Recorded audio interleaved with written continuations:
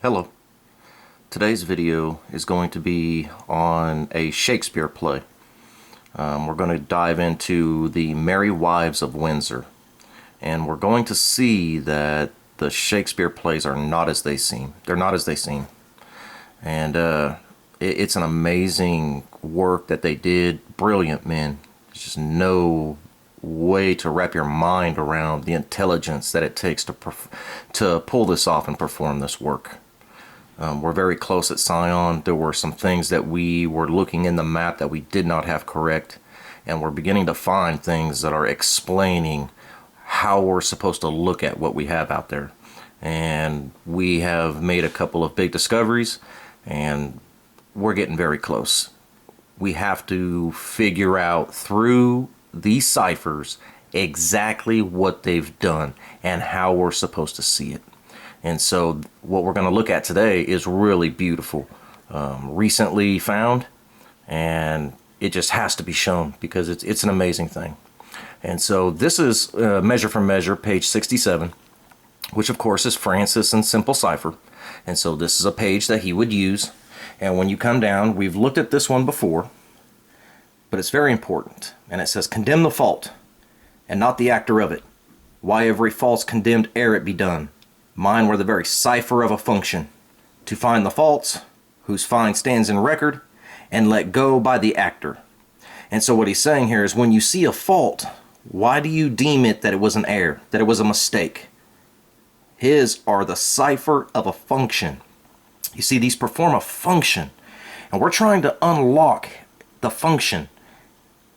He performed a work, and he created this temple out here, and we're trying to undo what he did, and it's proving to be very difficult, but we know it's there, so it's just a matter of finding it and then doing it.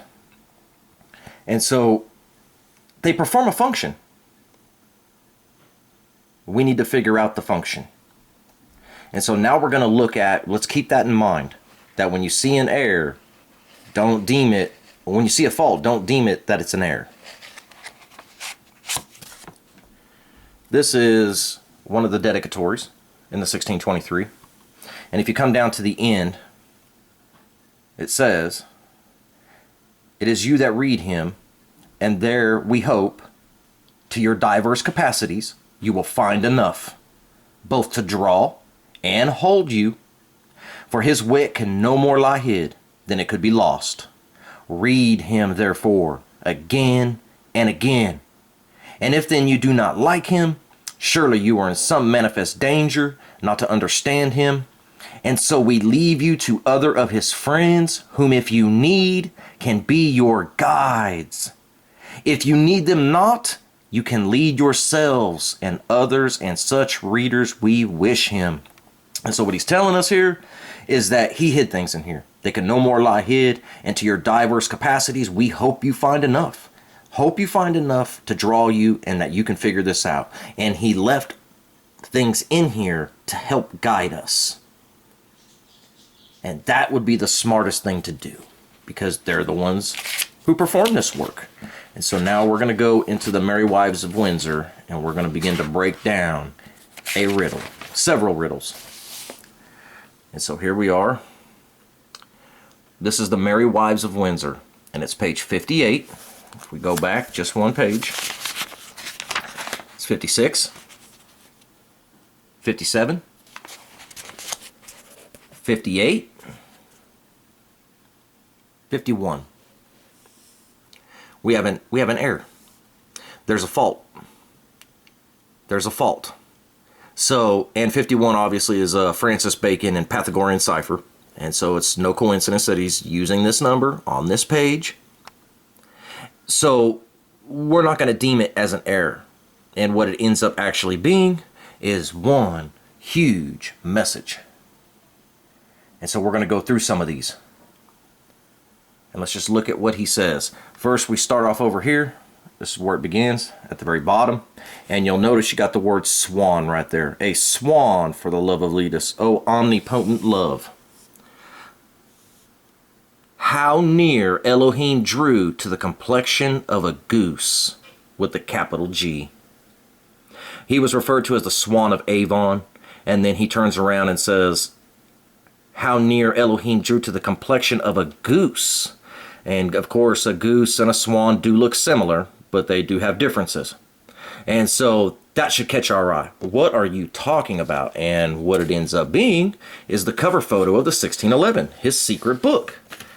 And if you look on it, this is it.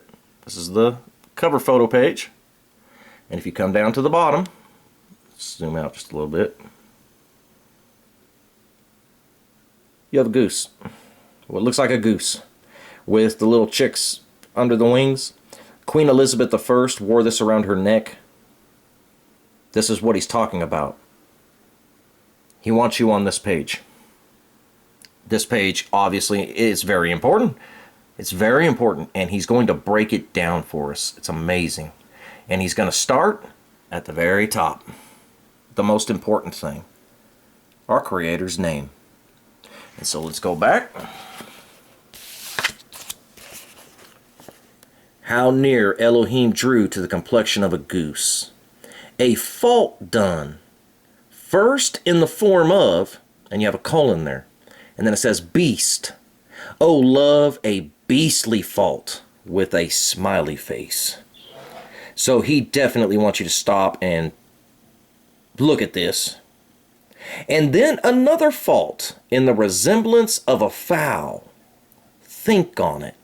Love, a foul fault. Okay, so let's start at the beginning. Let's break this down. A fault done first in the form of, and he leaves a colon. A colon is punctuation. So first thing is there's a fault done in the form of punctuation. And he says beast, a beastly fault. What he's talking about is the vowel points in the name. And you see the colon right there under the yod. He's saying a beastly fault. It was a beastly thing to do when you added vowel points to that name. Changing the sound. Changing the perfect name. You can't make it any better. By doing anything with it, you have made it worse. You have polluted it. And that's what Bacon is telling us here. See, right at the get-go, he's letting us know the name is very important. And these vowel points that they put in is a beastly thing to do. So that's the first fault. And it's in the form of punctuation. A beast, oh, love, a beastly fault. And then another fault in the resemblance of a fowl. Think on it. Love, a foul fault. And if you go back to the cover photo, under the name, you have what looks like a buzzard or a vulture. A foul fault. You see, when you change the name, you turn it into something like a vulture. That's what he's telling us here. And he's also working his way down the page to give us a message. But I find that so beautiful that he's making this point. Another fault done in the resemblance of a fowl. A foul fault. So we come back. When Elohims have hot backs, what shall poor men do? And when you look at the cover photo, when Elohims have hot backs, see it shining? The poor man is always the one pushed into the shadows. Poor men are always cast into the dark. They're thought of nothing worth. And so they're cast into the shadows, like this man behind the captain. That's what he wants you to see. That's what he wants us to see. For me, I am here, a Windsor stage, and the fattest, I think, in the forest. Send me a cool rut time, love, or who can blame me to piss my tallow, or my substance? Who comes here? My Doe? And then it says, Sir John? John Doe. Ain't that something? Art thou there, my dear? My male deer? My doe? Well, right there, we know he's not talking about an actual deer because a doe is not a male deer. And we see the Sir John and the doe above it, John Doe. And then I also find it very interesting that you have the name D in the word deer. John Doe, John D. Why is that important? Because when you go back to the cover photo, if you go to the New Testament page, all of these men can be identified. The one holding the wooden X there, that's Andrew. This is Peter. This man over here in the corner with the sword, that's Jude. Each one of them can be identified with what they're holding in their hand. Except for this man and this man, who is next to the man with the shadows. There is a man holding a cup on the New Testament page, but his name is, it's John. And John don't look like that. Nothing like that, nor is he dressed like that. And so we know this is something else. And then, of course, this man right here looks just like John D. I mean, that is a picture of John D. No doubt about it. And this captain is pointing down. He wants you to notice this. He wants us to notice that.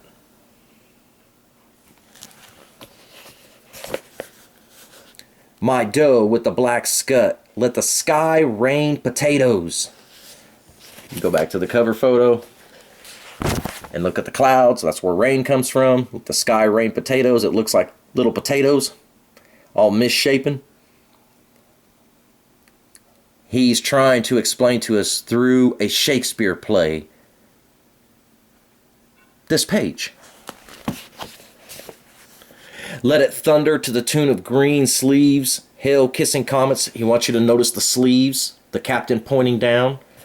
If you look at the sleeve. See?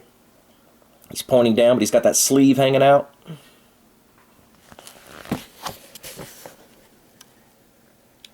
And snow enignos, let there come a tempest of provocation, I will shelter me here. And then watch this. It says, divide me like a bribed buck, each a haunch. A haunch is a part of a deer. It's the back, the quarter, the whole upper leg quarter. Just like we found in the cave, from the hips down. Divide me. And then you have the B, capital A, capital C, capital O, capital N, back up to the B, forming a triangle, bacon, and capital letter cipher. Beautifully done. He even tells you, he would never else cross me thus. So when you see the B, the A, the C, and the O all in a line, he wants you to cross to go to the end, which then brings it back up for your triangle. Bacon. And then it says, fairies, black, gray, green, and white, your moonshine revealers and shades of night. What is this about? And so if you go back to the cover photo,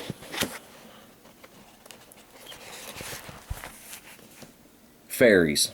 You have this guy over here in the corner, little, almost like a young man, and you see the wing. It's an angel or a fairy. Human-like with wings. Fairies, black, gray, green, and white, your moonshine revealers and shades of night. There's 4. He describes 4 colors, and we have 4 people here. That's what he wants you to focus on. The 4 right here. And the moonshine revealers. So it's the 2 that are on the side of the moon. You have the sun over here, and you have the moon over here. So we're focused on these 2 now. The moonshine, he's in the moonshine, and he's in the shades of night. And they're revealing something to us. Of course, it ends up being the hand pointing down to this Asher. And he's about to show us this. Your orphan heirs of fixed destiny, attend your office and your quality. Quality, of course, means it's to compare something with something else of like manner. And so you orphan heirs, these are depictions of the apostles up top of that page. And of course, Yahushua left, and so you can consider them as orphan heirs. a fixed destiny. Fixed destiny because it's a drawing. So it's ever fixed, and it holds a destiny. And we're to compare. And when you compare, this man is out of place. Next to the man in the shadows. He's out of place. And when we come back, make the fairy O's. Fairy angel, a message. The O's have a message. What O's? The O's right here, going across the page. A bunch of O's. And they hold a message. And it's that one right there. The one that the captain's pointing at. And so he's telling you how to read this. We did it without them. As it said, you can use them to be your guides, or you can guide yourselves. We were able to guide ourselves and figure this out. But now we're finding him explaining to us how to read this within a play. And that opens up everything. And we have found a lot in it. We are understanding exactly how to do this now. It's a beautiful thing. The Father is amazing. If you never quit, have faith, and on His time, He will hold you up. You will not fall. And so we are finding just a bunch. To the next one. I'm going to probably have to do a couple of videos because there's so much on this page compacted in. But I'm going to show you this one. To Windsor chimneys shalt thou leap. When fires thou findest unraked and hearths unswept, there pinch the maids as blue as bilberry. To Windsor chimneys shalt thou leap. Well, if you were to go, we're in the Merry Wives of Windsor now. Okay? So, where do you want me to go? Where do you want me to leap to? If this is what I'm thinking it is. Okay, a chimney. It sits on top of a structure. So you want me, if this is my structure, you want me to focus at the top. You want me to focus at the top of the page. Windsor. Shall thou leap? Well, as I begin to go leap into other plays, and if we were to leap on over to a play, the one before the Merry Wives of Windsor, it's called The Two Gentlemen of Verona. Okay? We'll start right here. The Two Gentlemen of Verona. We're on page 33. 34, 35, 36, Two Gentlemen of Verona, still, and then page 37, The Merry Wives of Windsor. The Merry Wives of Windsor play don't start till the next page. So, that is labeled incorrectly. To Windsor chimneys shalt thou leap. We've leaped over into another play and found the Windsor chimney. And then he talks about pinching the bilberry. A bilberry is a little tiny berry. It grows in Europe on a bush, and it's real dark blue, almost black, and it's real small. Kind of like that, right there, under the W. And if you were to pinch it, it would, of course, shoot the juice out, and that's what he wants you to do. He wants you to draw that line straight down to the word cave. And then, of course, you have the capital G, back up to the dot, giving you the triangle. Where is the gentleman that was with her? Her. The church, the ark. Where is the gentleman? That's what we want to know. Where are you? And then you see the message. We must bring you to our captain. Remember on the other page, we were unlocking the cover photo, and he was showing us the captain. This is the captain that he's talking about. He's guiding us, and all we have to do is follow the breadcrumbs, and he will explain to us exactly what to do. He talks about a brook right here, and then being nimble-footed, he hath outrun us, so now we have legs. The legs outrun, the legs being there, but nothing else. He's talking about Moses. Moses, of course, the ark. Go to the west end of the wood. That's exactly where we're digging right now for his body. We're 5 feet down. Come, I must bring you to our captain's cave. This is all a coded message from the Merry Wives of Windsor. Page 51, supposed to be 59. Now we come over here to the other side of the page. And 20 glowworms shall thou lanthorns be. or lanterns be, to guide our measure round about the tree, or the T. That's what it really is. But stay, I smell a man of Middle Earth. Okay, the number 20, obviously, RC. R being the 17th letter, C being the third. 20 is a huge number in Rosicrucian, and it's big right here because that's what he's saying. A glowworm, it's an insect in which the body illuminates. And so RC's tomb, with those legs, is the lantern. It's the lantern to guide our measure round about the T. What's he talking about? What it ends up being is in your map, your aerial view map. The aerial view map is so important. It unlocks everything. And so if RC 20 glowworms, if RC's lantern, if RC's tomb is our lantern, our center point, to guide our measure round about the T, we got that 2-mile measurement from the smiley faces in the Bible. It was another cipher. So you have to put these together. To guide our measure round about the T. The T. The symbol that he uses in the map to hide his location. That's what that is telling you.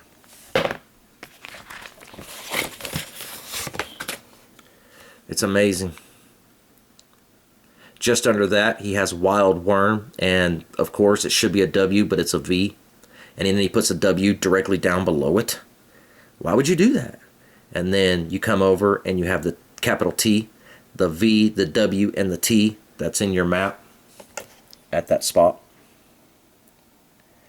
The V, the W, and the T below the W. All in a line. He's describing it to you right here. He's hoping you're smart enough to put this together. And then you come down, he does it again. He wants you to see this. And then he comes down again. Well said, Fairyhugh. And of course, a fairy or angel, messenger. A messenger, Hugh. Well, that's interesting because if you go to the dedicatory, what you're going to find is this dedicatory written by a man named Hugh Holland. This is your Fairyhugh. And he has a message. And of course, it's the T in the box. That looks unlike, it's so out of place. That is not what they look like in this book. But it's done here. Talking about the globe or a circle. Dried is the vein. Dried is the Thespian spring. That's the spring, coming off of the river and wrapping around the hillside. It's dry unless it floods. And he's talking about a corpse. That coffin now besticks those bases. All about his body. This is a coded message. Death's public trying house. For though his line of life went soon about, yet the life yet of his lines shall never out. That line. That's the line he's talking about.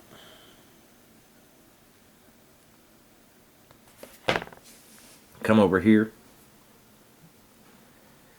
But stay, I see thee in the hemisphere, advanced and made a constellation there. Shine forth, thou star of poets. What's being said here? Advanced, he went to the hemisphere. He went to another hemisphere? Yes, he came over to the western hemisphere. And advanced and made a constellation there. What's a constellation? A constellation is it's a cluster of stars which make a recognizable pattern. And of course, if you look down below, he's referred to as the star of poets. So think of the poets as the stars. It's the poets themselves that have made a recognizable pattern. That's what's being told there. Very, very well done. These things are so well hidden. If you are not far enough along in the work, if you haven't unlocked so many of the ciphers and have been out at his location, you will not understand these riddles. It's just not possible. It's only if you've made it so far that you can understand these. And so we're beginning to understand that the Shakespeare plays are not as they seem. they are saying so much more than what we thought. And so I hope you enjoyed this video. I'm going to be making a couple of more kind of like this, riddles that take you to the Bible, like I've done with the previous video, that just give you message after message after message. So all glory and praise to the Father. This is His marvelous work and a wonder. He was the orchestrator of all this. He used Bacon, created him, Swan of Avon, to create this work. And it's beautifully done. Very well done. So all glory to the Father. Thank you for showing us your secrets. And very soon we look forward to being with you.